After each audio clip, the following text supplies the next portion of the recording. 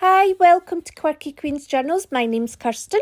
So I am doing a painting today inspired by Gerda Lipinski. She is a wonderful artist and she uses so many different techniques with acrylic paint, and I was really surprised at how easy this one was to achieve really good results. So I am using a canvas that I bought today that actually had a picture on it, but it was reduced, so I had to buy it. And I've just put some gesso down, and then this is turquoise blue, pale olive and Payne's grey. And I also sprayed water on the canvas before painting it. So what Gerda says is you need your canvas to be sealed. So you can use watercolour paper, but you must have a good seal on it, or the paper will just absorb the alcohol in the water. So this is me spraying on some rubbing alcohol, just hand sanitizer alcohol I have. I'm actually using a thing that you give the dog medicine with, but it was a spare one. So it will never be used for the dog, and it hasn't been used. I really do need to invest in a pipette. So there I was just shaking some of the alcohol on with my hands, and it creates different droplets, so it's worth putting it on in different ways.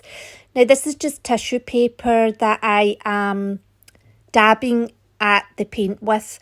The paint's still wet. And it's just to add more texture. And then after this, what I will do is I will put some cling film down on top. I'm way ahead of myself. I'm not at that stage yet. Oh, honestly, I can't recommend this enough. It's a fabulous technique. See, the paint was a bit dry up in that top corner where the Payne's grey is, and I pulled some of it off.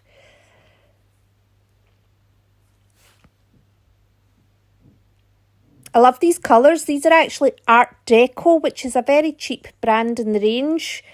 But this is a premium range they've got, and it's £2 for 120ml tube of each colour. And I thought they were fantastic. So when you put the cling film down, you want lots of wrinkles basically, so that the wrinkle marks transfer on to the canvas. Now I left this for about 5 minutes. Now when some of Gerda's videos she leaves it for half an hour, and other ones it's just 5 minutes, so I suppose it depends on what she's looking for and what she's doing. I just thought I'm going to do everything at once. Any texture at all, I'm putting it on here. So I probably did do far too much alcohol and far too much cling film, wrinkles, etc. Anyway, so this is Mod Podge. Again, it's just about using a matte medium or a gel gloss medium, whatever it is that you've got, because you want to seal this layer before you repeat the process again. And that paint had also dried before I was putting on the Mod Podge. With regards to the alcohol, I'm not sure what you can and cannot use. This is basically alcohol that is for cleaning your hands. For hand sanitizer, you just squeeze a droplet out. So that's what this is. I think these colours, honestly, it looks like it's like an underwater kind of scene, those three colours together. So the next layer though, I use reds and yellows. I use burnt sienna, raw sienna and yellow ochre. I'd started ahead of the video, I'm afraid.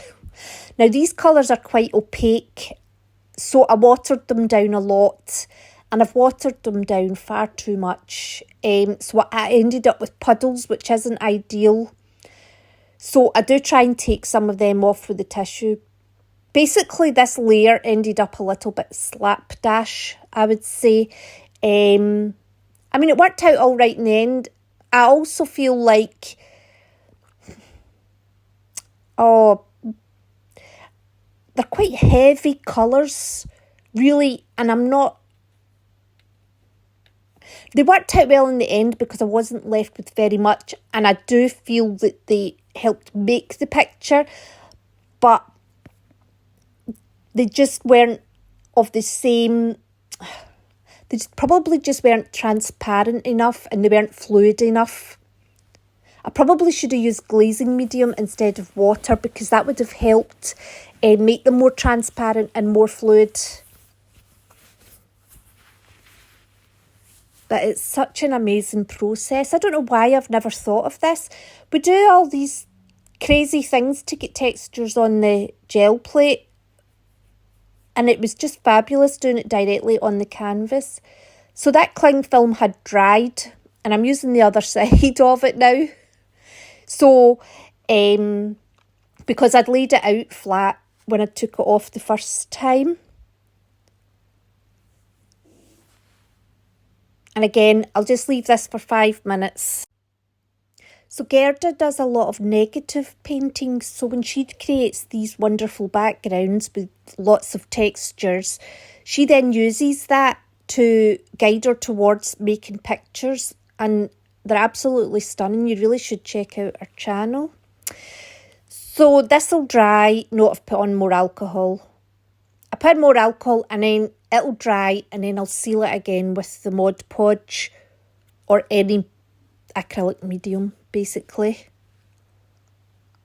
I mean, you can just, this is only the second layer and it just looks amazing already.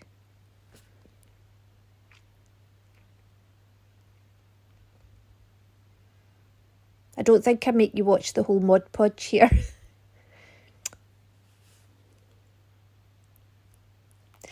Unfortunately, I had started with, before I pressed the record button. This is just yellow, green, purple, and then I'm going to add in a pale pink. And the idea was to add in a bit of brightness to it, which I think these colours definitely have done. I think the pale pink took some of it away, which was unfortunate. And I actually think, you know, you could have ended right there before I put on that pale pink, and, you know, it would have dried lovely. But I just wanted to do one more layer. You know how it is. Your first time doing something, you get carried away. So before I laid down these colours, I sprayed it with water again. And I'm just, you know, it's a very wet paintbrush, and I'm really trying to blend the colours very well. I just think it's stunning, and it was so easy to achieve. I wish I'd known about this a long time ago. But then maybe I wouldn't have I would have looked at it differently. Maybe I would have thought, oh, that's too difficult for me at this stage. I'm a lot more comfortable with painting now. There was a wee puddle of alcohol there, so I just was tipping it over.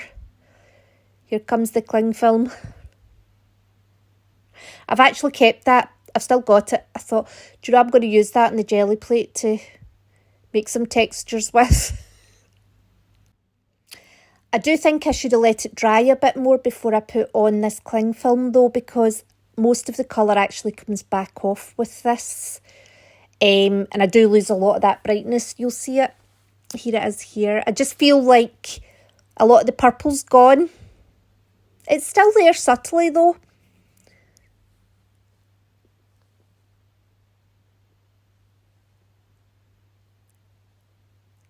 I do think I'm overusing the alcohol, to be fair, but then I was really happy with the results, so I don't know if you would say that or not. So this is some high flow acrylic paint. Now you could just use normal paint, a fluid type one, or water it down or whatever. I just wanted to try this to try and, you know, to add in some kind of highlights. That is a sponge on a stick that I got this morning when I bought this canvas. It is like £1.85 for 10, and you can wash them. So they're not, I always thought these sort of things were disposable, but they're not. You can use it again and again if you look after it. So I'm trying to blend this paint out, and it's actually was a bit difficult because I didn't want to over wet the sponge, but at the same time I was trying to really give it a lovely graduation to it. Still worked okay. I then add in some white, and this is a bit too opaque, and do you know, it did work out in the end, and I do think it matched up with some of there are some areas, good areas of kind of whiteness that are peeking through, and it does kind of match in. But what happens is I put some more of the white high flow acrylic paint on, and I put far too much on. And so it ends up a bit blocky up the top. But we work with it, that's what we do. These things happen. Because I actually think it's looking okay just now. But then, there it is. There's just far too much came out. I'm so stingy as well. I hate wasting paint.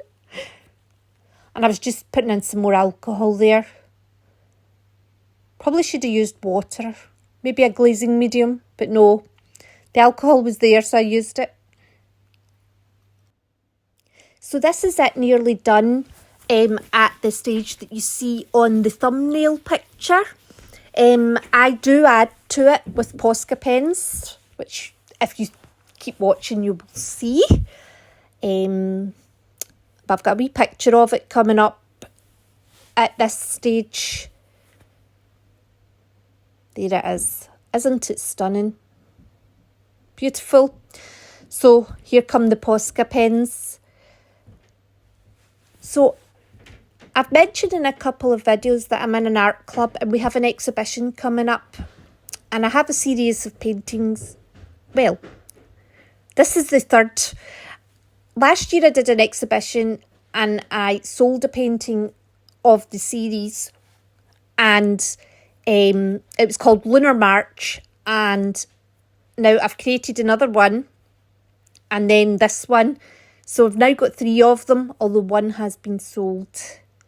And the idea just came because it does look a bit like a cosmos.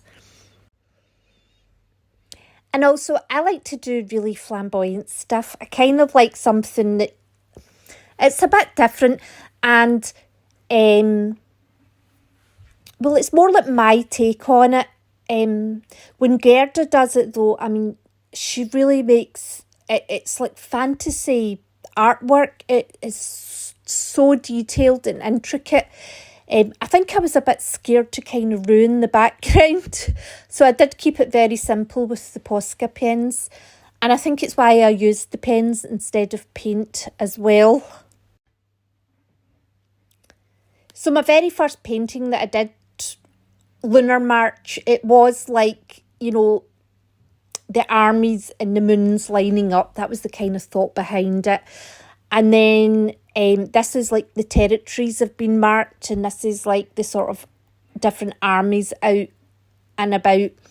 And that's really just what my thought behind it is. And I also feel the background does have a bit of a kind of atlas look to it due to the colours. So I do colour these circles in as well, but I don't leave that part in the video. I just show you what it looks like at the end. So I'll definitely be using this technique again. It is, I mean, you need a lot of patience because I let it dry naturally in the air, and you know, you are doing a lot of layering, but it is worth the effort. It definitely is. I mean, I could never have achieved that in any other way that I can think of. So that's us nearly finished, and I'd just like to say thanks very much for watching, and I hope to see you soon, and take care. And here it is.